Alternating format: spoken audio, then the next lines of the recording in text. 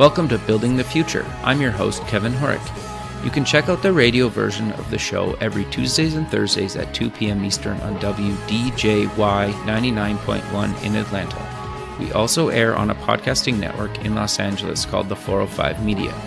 There's a TV version of the show that airs on KMVT 15 in Silicon Valley at 8 p.m. Pacific on Tuesday nights. Both versions of the show air in other states. For these show times, plus past episodes, please visit the show's website at buildingthefutureshow.com. The music for the show is done by Electric Mantra. You can check him out at electricmantra.com. Welcome back to the show. Today we have Daniel Art. He's the CEO and co-founder at Differactive. Daniel, welcome to the show. Thanks, Ken, for having me on. Yeah, I'm excited to have you on the show. I think what you guys are doing with video is actually really kind of innovative, but maybe before we get into all that fun stuff, let's get to know you a little bit better and start off with where you grew up. Yeah, sure. So I grew up in Connecticut, middle-class family. Nothing really special there, a lot of trees and forestry. And aside from that, attended some public school, then went to a private school in southern Connecticut. Okay. I have 4 brothers and some parents. Sure. Pretty standard growing up situation. Wow, your parents 5 boys? That's incredible. Yeah. It was definitely interesting, and me being the oldest, I felt like I always had to take the lead on a lot of stuff. Sure. But I'm okay with that because I think it shaped who I am today, which is not a bad thing. Sure. So you went to university at UCLA. How did you kind of make your way west and decide to go to UCLA? So UCLA was the second university that I attended. The first one where I actually did my undergrad was Northeastern up in Boston. Okay. So I had spent 5 years there. I participated in their co-op program, which, by the way, is amazing. Okay. And I think every high school student should look into something like that when they're figuring out where they want to go for school. Okay. What that program basically did for me was, I would go to school for 6 months, then I would intern for 6 months, then I'd go back to school. Yeah, and so by the time I ended up leaving Northeastern, I actually had a full-time job with one of the companies that I had worked for during that time where I was working. Interesting. It was great. And so, I worked for one of the companies out in New Jersey, which I didn't particularly like the area that I was working in, but I found out that they had an office in Beverly Hills. So upon graduating school, they had offered me a job out in New Jersey, but I asked them, hey, is it possible for me to go out to the Beverly Hills office? And so within literally 4 days, I had a job in LA. And so I got in my car and I just drove out here 7 years ago, and I'm still here today. Wow, that's a long drive, actually.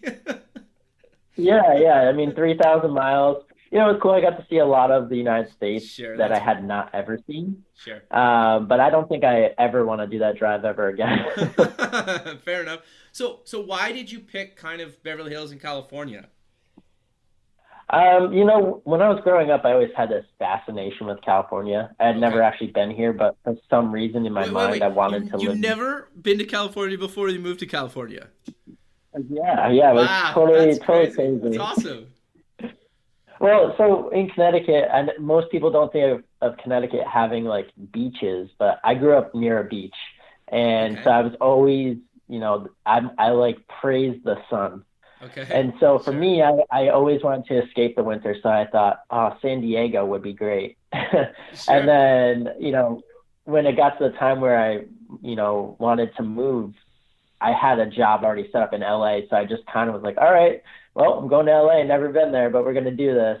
And I love it here, and I don't ever want to move back to the East Coast. Fair enough. No, that's cool, man. So you worked for a few years, then you decided to go to UCLA. Why did you decide to go there, and what did you take? So for UCLA, I didn't actually enroll in their undergrad program. Okay. They have a fantastic extension program. Okay. Yeah. At the time, I was doing tax accounting for most of my clients who were production companies, and I got very tired of accounting. Putting numbers in boxes just wasn't doing it for me. But at the same time, I got to know a lot about the movie industry, and I wanted to eventually work for my clients. Okay. So what I did was I started going to these extension programs surrounding film finance, and I really truly immersed myself in entertainment. And through that, I started to build out my network, and then which ultimately led me to working for Lionsgate Studios. So that's pretty much why I did UCLA. Okay. Was there like a defining moment that made you want to go into finance, or what got you passionate about that originally? Yeah, it's pretty interesting. I mean, growing up, we were a very blue collar family, a lot of plumbers in our family, and for some reason, I associated finance and accounting with lots of money, and I think that's like just a very like, I don't know, I didn't have any real guidance. I was a first generation college student, so I figured, you know what, I need to go and make a ton of money and pay off my loans as fast as possible. Okay. But I decided to go into more of the accounting route, which typically does not pay what somebody on Wall Street makes. So I definitely misled myself. But it's kind of great because through all of it, I ended up out here. I learned a ton about accounting. I can navigate anybody's books like no other, and it's been a solid foundation for helping not only in my financial planning career that I had, but also now with our current business. So, I mean, that's really a roundabout way of saying it. No, yeah. I think I've said it numerous times on the show before. I think like the two skill sets that I think any person doing a startup, if you have like, if you're either an accountant or a lawyer, those are probably the two best skill sets to have and can save you a lot of time and money, or both, right? Oh yeah, tons. I mean, when it comes to understanding entity formation and just how our books work for, book and tax purposes, I know that my other two co-founders would be completely lost and would be spending money on it. So Sure. It definitely does help us allocate the funds that we have to things that we really do need to spend cash on, which has helped, further the product along probably faster than we would have. Oh, sure. No, that makes sense. So how did you meet your co-founders?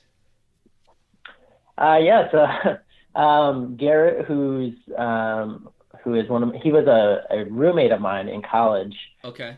Senior year, I was actually his RA, and he was randomly placed in my apartment. Wow.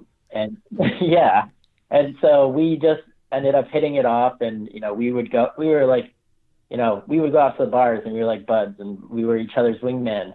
And then after school was over, Garrett moved to New York, I moved to LA. We still kept in touch, and he was in digital marketing, and so I was in entertainment, he was in digital marketing, and then all of a sudden, we were like, oh, we both have experience in this. What are the problems in the industry? And we were like, oh, here's a problem. Why don't we build something around it? But so Garrett and I, having accounting, finance, and marketing knowledge, like that's great and all, but we were missing that technical piece. Sure. And how we met Igor, our CTO and third co-founder, was definitely really random. I had been working at Lionsgate at the time, and one of my coworkers, she really, really wanted to get involved in the startup community in LA.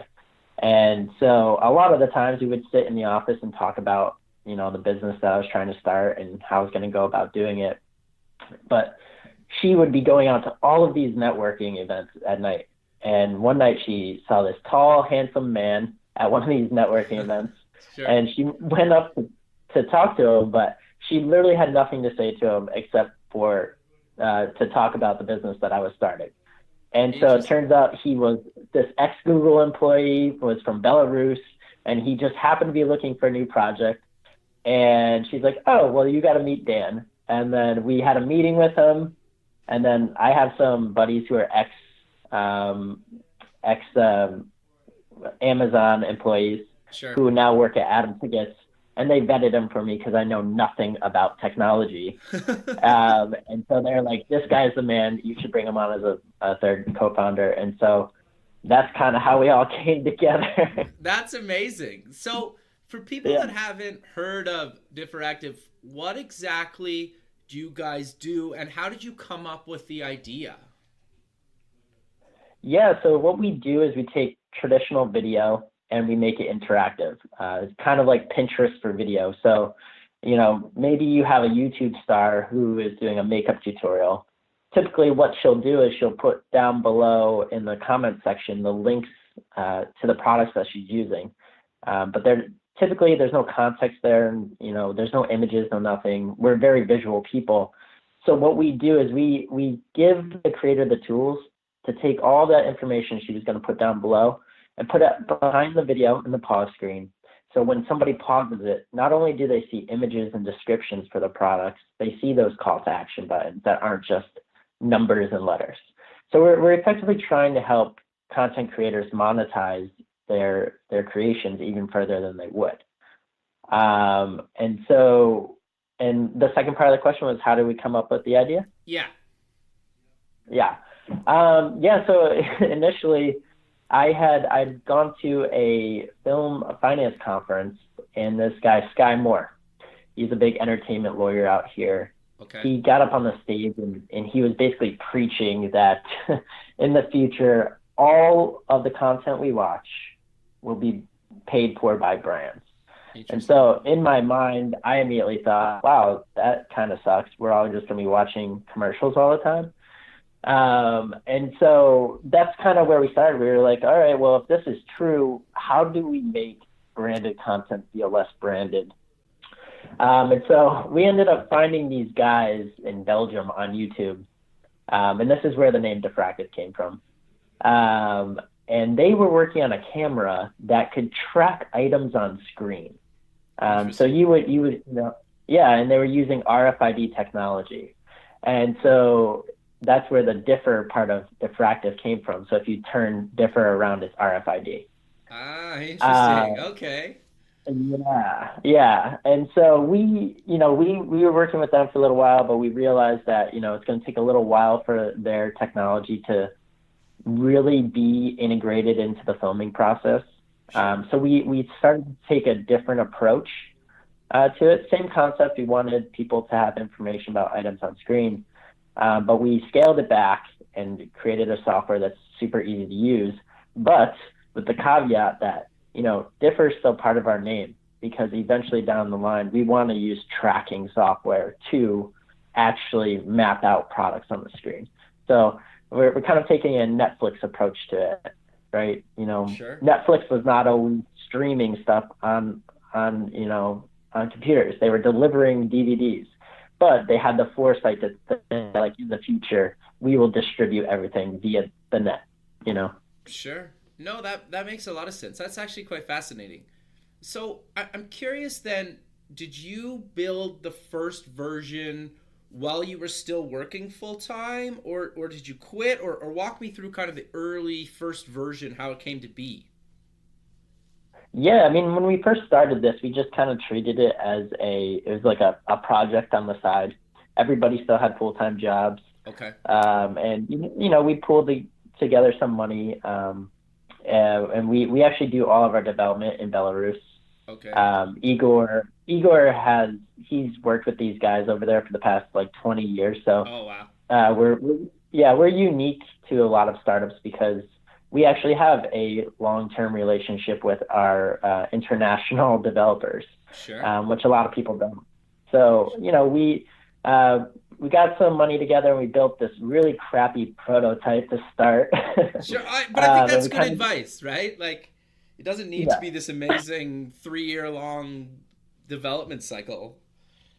No, it definitely doesn't. I think if you have an idea, just throw a little bit of money into it, see if people get the idea, see if people like actually want to use it. Sure. And so once we did that, and we would go out and we'd talk to people, mostly our friends and family, and say like, hey, what do you think about this? Like, would you use this? And a lot of people said yes. And we talked to strangers too, especially at networking events. That was the best place where we got a lot of feedback, was the networking events. But, soon after, yeah, so it started to get pretty serious, and we started pumping some more money into it. And then just last June is when I basically said, if we're going to make this happen, I got to leave my job.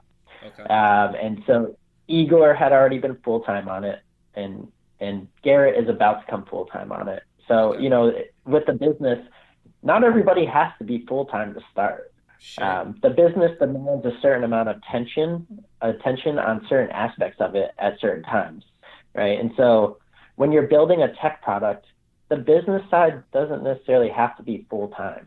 Sure. The tech guy does to get the product up and running. And then once he gets it there, the business guy needs to go in and go out and shop this thing, whether it be customer acquisition or raise money. And now we're at the point where we need to start doing some heavy marketing. And so Garrett's coming on full-time. Gotcha. So you can do it. Yeah. You can do it in stages. It's just, you got to be strategic about it. Sure. So did you guys self-fund this originally? Did you raise some money? How did you kind of get that first amount of money together? Yeah, so we all had pretty well-paying jobs. Okay. And so what we all did was we basically did quarterly capital calls on ourselves, and we raised the money. The first 33,000 was just us, so that's 11,000 a piece. It's not that bad. Sure. And then just last June, we ended up raising some friends and family money on convertible debt. We raised another 45. Nice. Well, so all man. in all, great. yeah. And so all in all, to get the product to market and get it to a place where we actually don't need to spend any money right now, we ended up spending about like $80,000 in total. Wow. So yeah, so we're feeling pretty good right now because we have a product that works. Sure. And now we're basically just taking feedback from our customers and, fixing it in their eyes and pushing forward.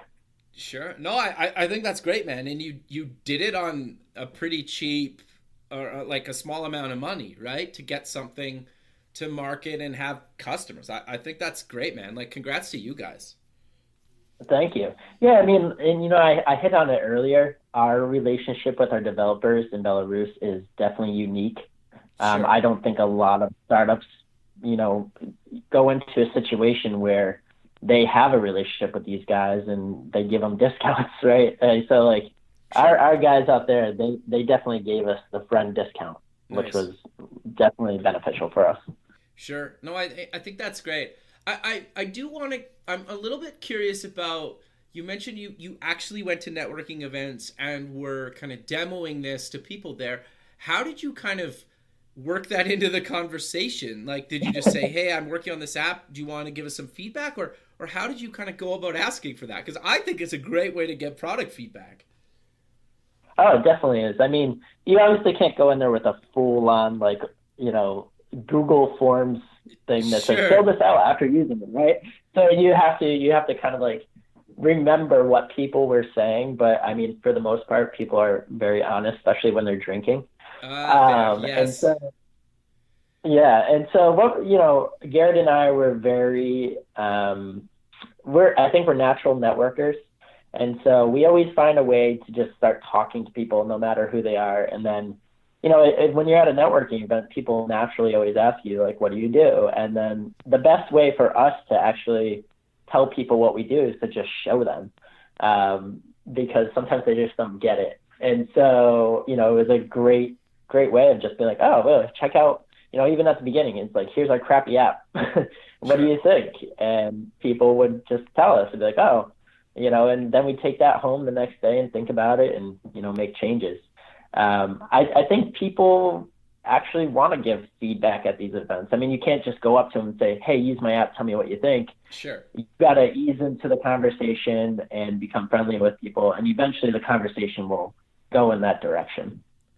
Yeah, no, I think that's really interesting. And to be fair, you and I met at the Media Excellence Awards in January in LA. So like you and I technically met at a networking event, and then now a couple of months later you're on the show. I think like just to reiterate the whole thing, I think it does actually work. Like in-person networking, there's two examples in the last like 5 minutes of it clearly working for kind of both of us, right?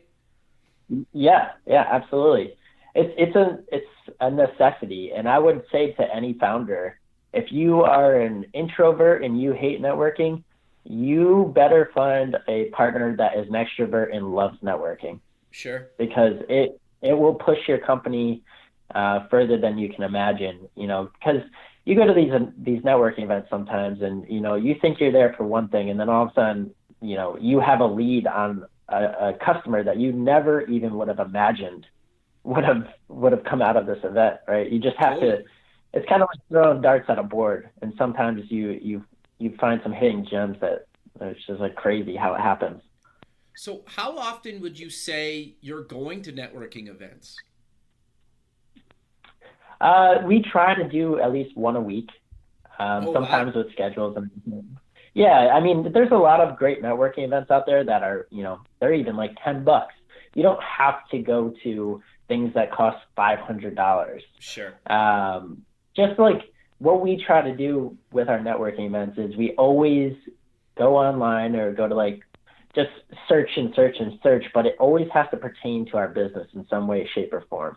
We don't just go to random networking events just because, you know? Yeah, no, I think that's also really good advice, right? Like they can be really inexpensive or free. You don't need to spend hundreds of dollars on these things. And I think in some cases, not that you don't get good people at the expensive events, but you could get the same quality feedback and connections at a way cheaper event.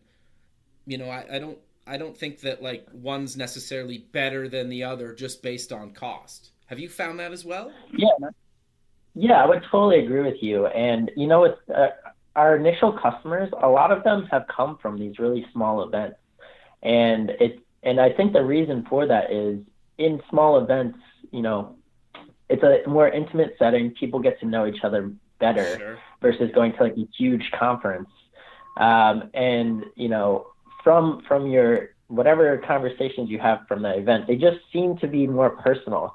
And those initial customers that you get on board, you want to have a connection with them Sure. like that. Like a lot of our a lot of the initial customers that I have from these events, they come over to my house and just hang out and talk to me, you know? That's awesome. Uh, yeah, it's like you have to get, it's about building those evangelists, right? Sure. And getting people to go out and spread the word about you and your product. And it definitely helps.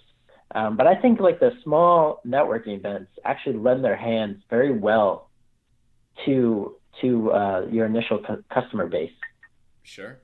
Well, and I also think too that a lot of times people that go to maybe the cheaper events as well are also starting out and they're looking for other products or services that they can kind of put their brand or company or services into.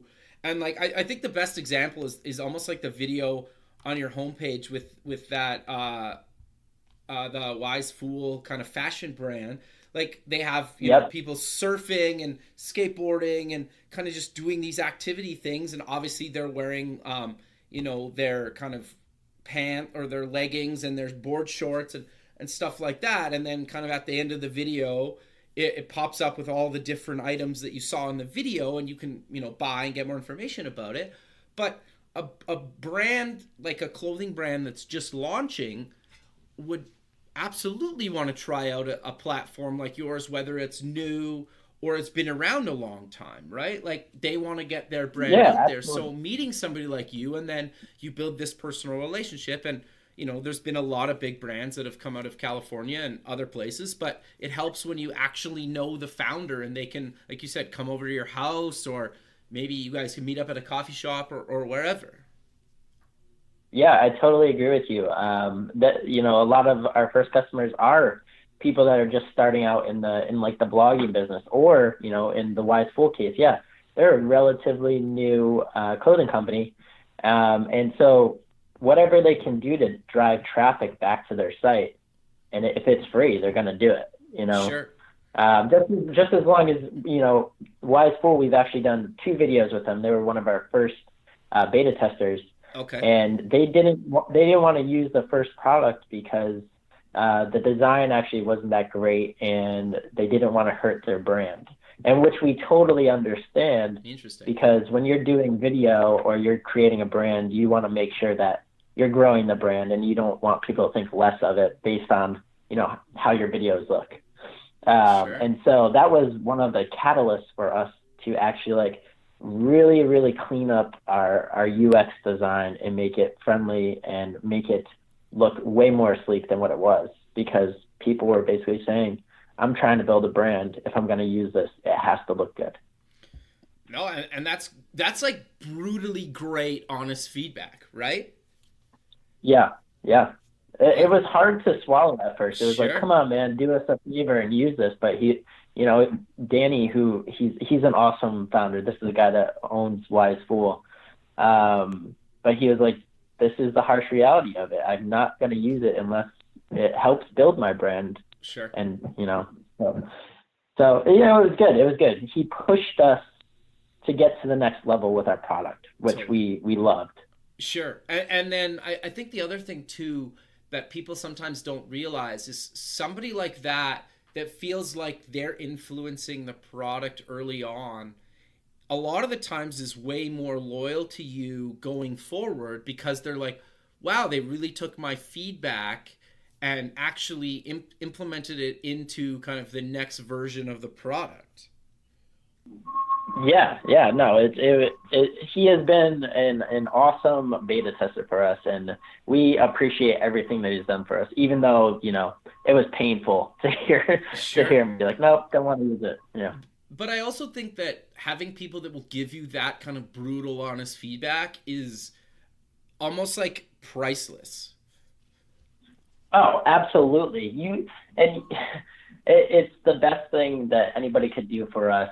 And so sometimes you really got to try and find those people, and that might be just going out to strangers and just being like, I need your honest opinion, because sometimes your friends and family don't want to give you the feedback that you're really looking for. Yeah, no, I 100% agree. I think like when I've kind of done any UX testing with kind of somebody I don't know, whether I've done the design or not, I've always told them like, look, I have nothing to do with the design. I'm like a third party, so just tell me honestly what you think, because you're not going to hurt my feelings, because I didn't do it. Even if I did do it, and I know it's lying, but like if you tell them like I was the designer on this and I'm really happy with this, they will try to not hurt your feelings. Oh yeah, for sure. Couldn't agree with you more. So actually, I like that approach. I think I'm going to start to use that more. Well, it's good, man. That's awesome. So I want to dive a little bit deeper into the actual platform. I think like you kind of gave a good overall how it kind of works, but if for somebody that's creating content, or like, they're a clothing company or something like that, where they have products in a video, how do they go about kind of working with you guys to actually get your platform on top of their videos, and they can start kind of cross promoting and selling their content? Yeah. So first and foremost, they have to be creating digital content. That's a must. Otherwise, it doesn't really work with us. And they have to be putting that content right now on either YouTube or Vimeo. And it could be private on either one of those sites if they want. Doesn't really matter. We just have to basically be able to pull that video in from one of those services. Gotcha. The reason for this is, hosting video is pretty expensive. So we basically say, yeah, exactly. And so we basically say, tell us where that video is, and we'll pull it into our system. So it saves us a lot of money on as well, which is great, because we're basically just leveraging other video players. I think the terminology people like to say, or the saying is, we're building a mansion in somebody else's backyard. Okay.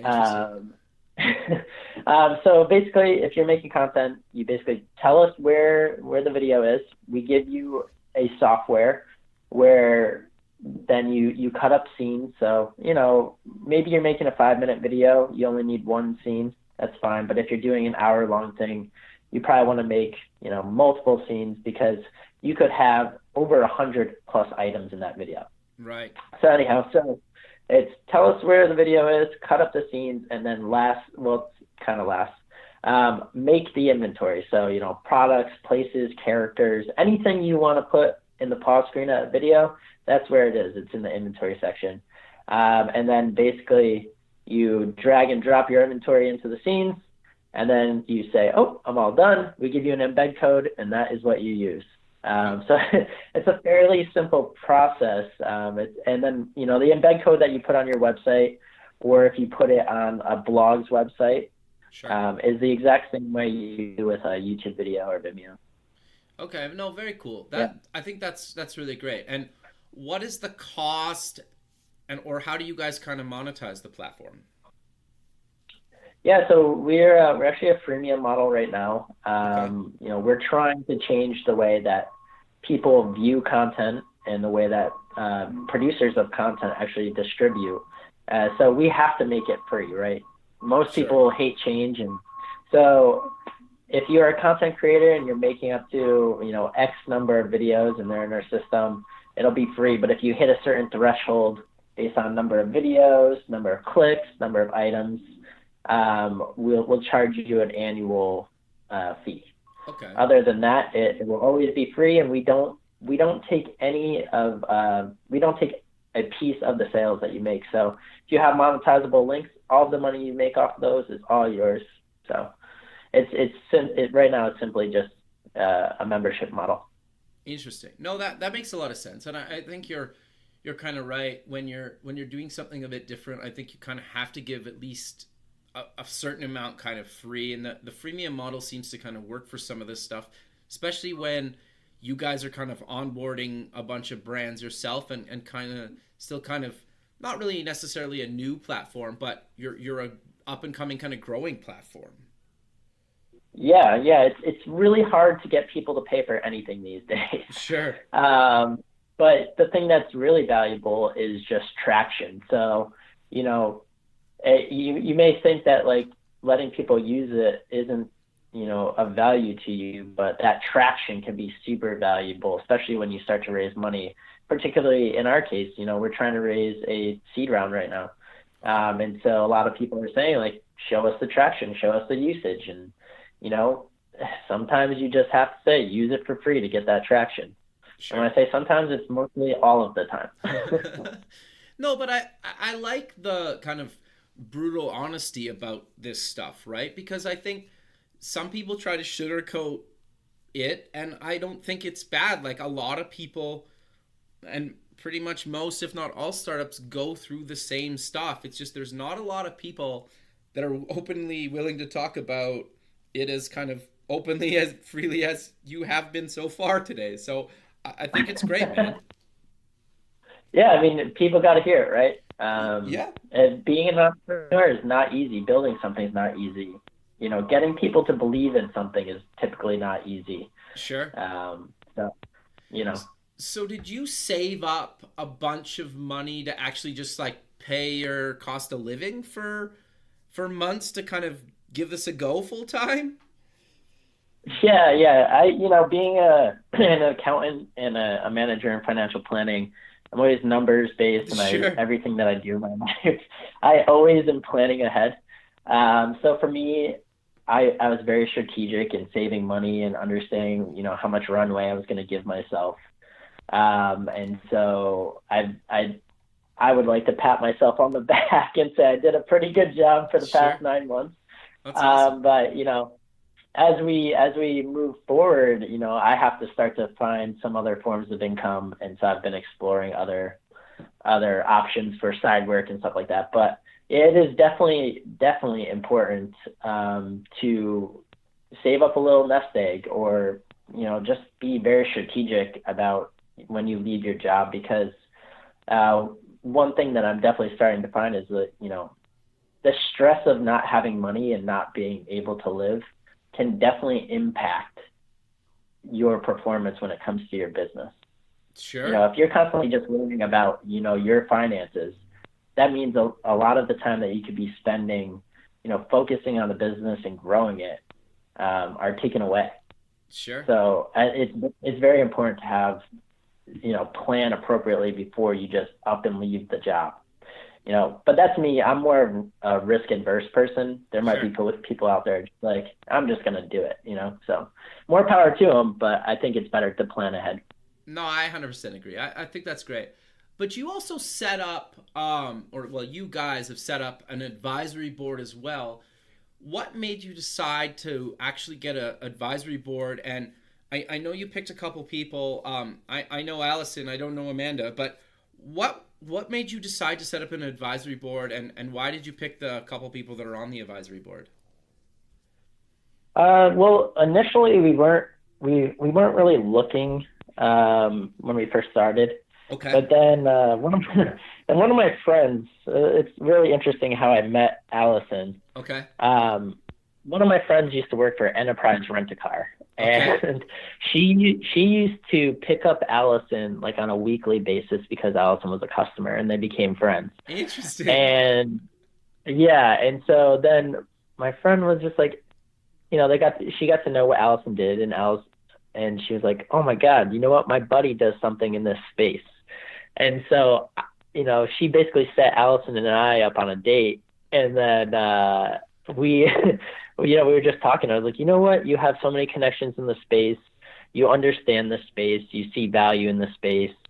And so I talked to my co-founders, and I was like, I think this lady, Allison, she would be a perfect first advisor for us because, even if she can't set us up with anything at the onset, I think later down the line, her connections and her understanding of where digital content would be, especially when it comes to activity, Sure. she would be perfect. So, it was kind of one of those things where we weren't really planning on bringing on an advisor, but it just seemed right at the time. Sure. And then for Amanda, I knew her from my time at Lionsgate. Okay. And, I showed her our initial product, that crappy app that I was talking about earlier. Sure. And she was really into it. And she really wanted to see it develop. And so basically I came back to her and I was like, look, another strategic play is we want to have somebody in a studio that's an advisor on our board. And especially somebody that believes in the digital landscape and it transforming the way that entertainment will be distributing content later on. Sure. So, both of them were very strategic in terms of they are the people that need to kind of be promoting us in their individual spaces. If my advice to any other founders would be like, don't force the issue on founders on advisors, because you're ultimately are going to be giving up part of your company, and don't do it just because you want an advisory board. Do it because they actually play a strategic role in, the future decisions of the company. Sure. Well, and both of them ideally could potentially hook you up with your ideal customers, and especially like from the Lionsgate side of things. Like, I don't know why, TV and movies, at least when they're streaming their content online, aren't using your platform to monetize again, right? Because a lot of times if you pay for a video or you're watching a video online through advertising, like if I want to buy that coffee table or those pants or whatever, I should be able to do that from the content, right? Yeah, exactly. And, in probably the past 10 years, the distribution of TV and movies, they're very dependent on like the big guys, like, iTunes or Sure. Amazon or, and even Netflix, obviously. Right. And so they don't control those distribution platforms. And so we're moving into a place now where people are starting to take control of their distribution. And for instance, in Lionsgate case, they're probably going to follow what Disney is doing. Sure. Disney is, they're after 2019, their distribution deal with Netflix is done, and they're bringing all of their content in-house. Yep. So instead of paying somebody to distribute it, they're doing it themselves. So once the content creators take control of their own distribution channels, I think that's when you're really going to see stuff like our business take off, because people can actually like mold their own distribution platforms. You see what I'm saying? No, I 100% agree. Yeah. I think we're in like a a really interesting kind of space right now, because even just the little bit I understand about kind of the whole video, TV, traditional kind of versus online, it's not broken, but it's definitely at this like interesting transition where you kind of need to be on both, but both are kind of have their challenges. Like traditional TV can't is maybe having a hard time trying to monetize in some respects, and then online content I think in a lot of cases is struggling to kind of get viewership, and maybe monetization is easier, but like merging the two together is really tricky. Would you agree with that? Yeah, I agree. I mean, but it's getting easier and easier. I mean, even my cable today is a digital streaming service. I Sure. use YouTube TV. Yeah, I don't so use I Time love Warner. it. And I use Time Warner as an internet provider, but no way do I want a clunky cable box. Sure. And you also have, 90% of the TVs now sold on the market are smart TVs. So, Sure. you know, there's going to be a point in time where anybody that doesn't have a smart TV, they're completely living in the past, right? Yeah. And the beauty of the smart TV is it can connect with all of your devices. So, Yeah. we're moving into a place where the TV, you can actually interact with it without a special remote or a special cable box. Sure. And that's where we're going to see the change, is when, your computer and your TV are basically almost the same thing. Yeah, I've always wondered why like the monitor technology and the TV technology haven't merged kind of into one thing, but that's a whole other topic. But I think you're right. Like it's coming, if it's not already at the very early kind of stages of that. But I'm curious though. We met at the Media Excellence Awards, and I was curious to know, how did you kind of find out about that event, and why did you decide to go to the awards? We found out through Allison, our advisor. I had never heard of it, but she was like, "Hey, you should go to this thing and check it out." And for us, obviously, we didn't submit to be nominated for anything because we didn't feel that we were ready for it. Sure. But we like to network, so it was a great opportunity for networking, and also we think we might actually submit this upcoming year for some of the categories, and it could be some good press for us. Yeah, no, I think it's great, man. That's really cool. So I'm kind of curious though, and I don't really want to like necessarily talk about anything that you don't want to necessarily mention, but where do you kind of see your platform kind of going? I'm guessing you want to maybe move into kind of YouTube TV content or Netflix content or other kind of streaming services, but is there any other kind of where you can kind of see this going, or the space going? Yeah, I mean, for us, we would love ultimately one day to be basically on every single device or any form of distribution of content. Okay. For us, we're building this out, and we're focusing in on the user-generated content right now because it's a little bit easier to tap into. Sure. Because we can't just pull video content off of Netflix, Sure. especially because there's way bigger licensing issues there. But we like to be player agnostic, and we're hoping that eventually people will start to catch on to this, and we are on every single service. Not sure if we can do it alone. Right now, we're trying to figure out strategic partnerships. Sure. Because in this landscape, you have some big players there that can take you down pretty quick. So I mean, I guess the easiest thing here is we want to be everywhere. Sure. But it's one step at a time, and understanding who the competitors are out there. Sure. No, I think that's great, man. I'm interested to see kind of over the year kind of where you guys take this thing, because I think it's really cool, and I know like it's kind of been tried a bit in the past, but I think you guys have an interesting kind of new take on it, right? And I think it seems to be working for the people that have been using the platform so far. So I think it's really great. But we're coming to the end of the show, so let's close with mentioning where people can get more information about you guys and try out the platform. Yeah, absolutely. So in order to try out the platform, you can just go to diffractive.com. There you can try out a video on our site where you can, check out the UX design and also have access to our it's a website now, but it'll be an app in the next month, where you can save all of the items that you like while you're watching the video.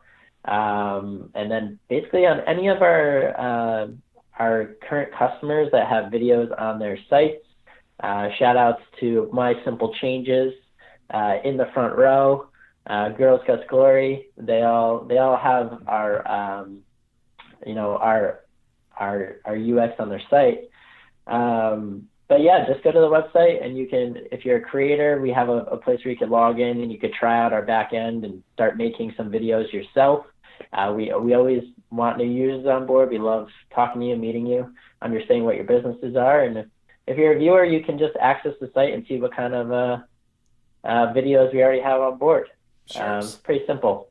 No, I think that's great, man. But I want to cover something quick before we go. Like you mentioned an app, so they can, how does that kind of work that's coming out?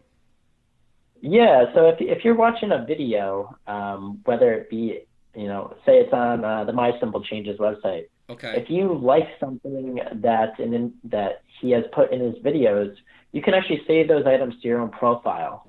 And so maybe you didn't like that video and you never wanted to watch it again.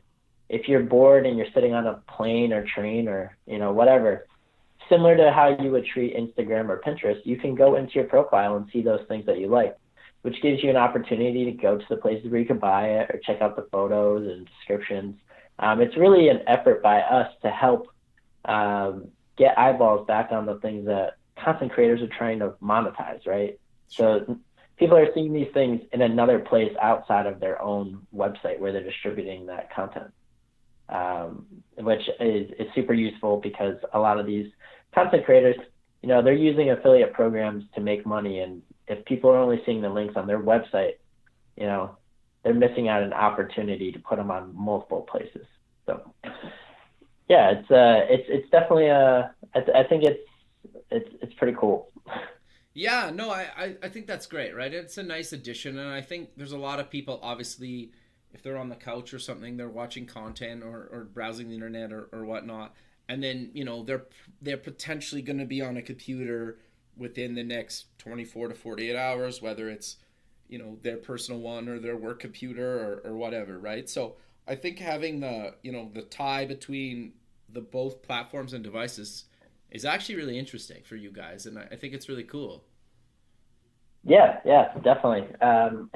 We're trying to make it as seamless as possible. Sure. We want you to be able to access your information wherever you are. Sure. That's the plan. And then just so people know, it's DFractive.com, just for the spelling of the domain. Correct. But correct. Daniel, I really appreciate you taking time out of your day to be on the show, and I look forward to keeping in touch with you. And have a good rest of your day, and hopefully we can see each other again at the Media Excellence Awards, later this year or early next year. Awesome. Thanks for having me, Kevin. Thanks, man. We'll talk soon. Thanks. Bye. Bye. Thanks for listening. Please visit the show's website at buildingthefutureshow.com. Also check us out on Facebook at Building the Future Show and follow us on Twitter at Building Show. The music for the show is done by Electric Mantra. You can check him out at electricmantra.com and keep building the future.